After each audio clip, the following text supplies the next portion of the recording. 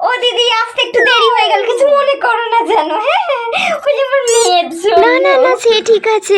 তা শরীর টরীর খারাপ নাকি এত দেরি হলো? আরে না না, এই যে আমার মেয়ে, ওকে তো ঘুম থেকে তুলতে তুলতেই আমার গলা ব্যথা হয়ে যায়। বাবা বাবা, সারা পাড়া প্রতিবেশীর লোক প্রায় ঘুম থেকে উঠে পড়বে, কিন্তু ও ঘুম থেকে তাই? উঠবে না।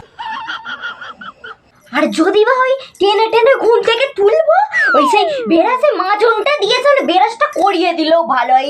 এমন মেয়ে হয়েছে আমার, কি বলবো, সে যেন নিয়ে যেন আমি মরছি গো দিদি, মরছি। বাবা বাবা, ও চুপ করো না, এখানে কেন বলছো? চুপ করো না একটু।